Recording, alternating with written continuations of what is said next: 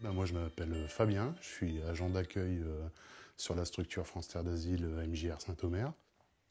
C'est plutôt allez, on va dire une vocation, quoi.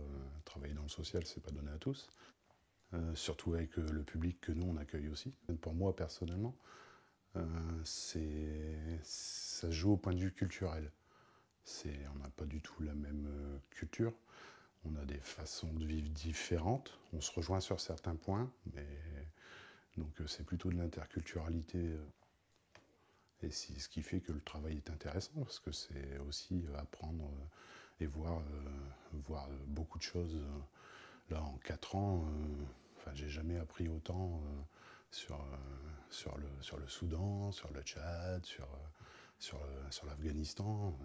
Voilà, c'est de l'échange aussi. Autant nous, on leur apporte enfin, ce qu'on sait, ce qu'on connaît de notre pays, ce qu'on peut connaître sur de la vie quotidienne aussi. C'est des éléments simples, mais bon, je pense que c'est bien aussi de leur apprendre, de leur inculquer ça.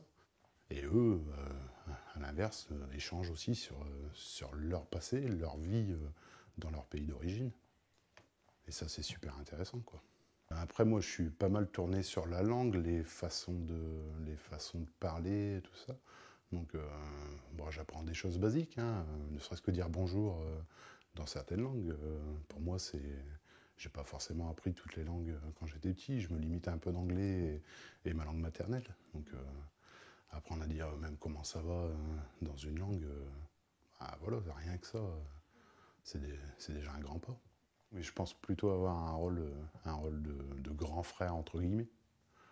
Voilà, je vais pas me substituer au père, c'est pas le cas. Après, grand frère, c'est pas forcément ce qui me plaît le plus, mais je pense que ça doit être ça. Après, je suis quelqu'un d'assez rigoureux, d'assez carré dans mon travail.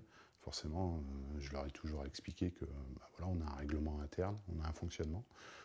Le fonctionnement est le même pour tous. On ne fera jamais de différence, forcément.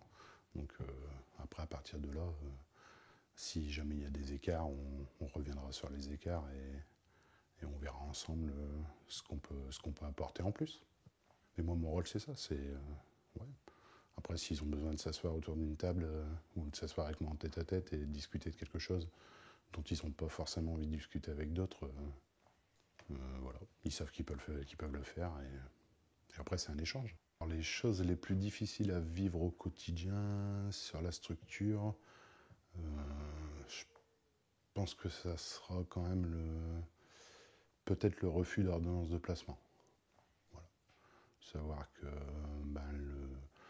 on va être obligé de dire aux jeunes, écoute, la justice s'est pas prononcée en ta faveur, donc on n'a pas plus forcément d'appui que ça, on peut pas aller beaucoup plus loin. Et voilà, je pense que c'est ça, au quotidien, le plus compliqué, c'est ça. Après, il y a aussi gérer les jeunes qui ont des insomnies, qui sont réveillés en pleine nuit parce que tout leur revient en mémoire. Et puis bon, on sait que la nuit, c'est pas le moment le plus sympa de la journée. La journée, ils sont occupés, donc je vais pas dire qu'ils y pensent pas, mais c'est pas forcément la priorité. Mais bon, la nuit, c'est là où tout revient, donc ça aussi, c'est assez compliqué quand les jeunes viennent nous voir le matin en nous disant, j'ai pas dormi, j'ai beaucoup de choses qui sont remontées. Ouais. Ça, c'est peut-être même encore plus dur que le coup du refus d'ordonnance de placement. Pour moi. Pour moi, c'est ça. C'est voir la souffrance, mais ne pas pouvoir faire grand-chose. Après, les moments sympas, il y en a plein dans une journée. Il y a le matin, quand ils arrivent, voilà, c'est des bonjours Fabien, des comment vas-tu, voilà. Après, il y a toutes les activités qu'on peut faire, qu'ils peuvent faire. Enfin voilà, moi je fais toujours un petit rapport détaillé avec eux quand ils reviennent d'activités, savoir si tout s'est bien passé, s'ils ont aimé, voilà, et puis ils ont le sourire. Voilà, rien que ça, le sourire le matin à 9h30, pas demander mieux.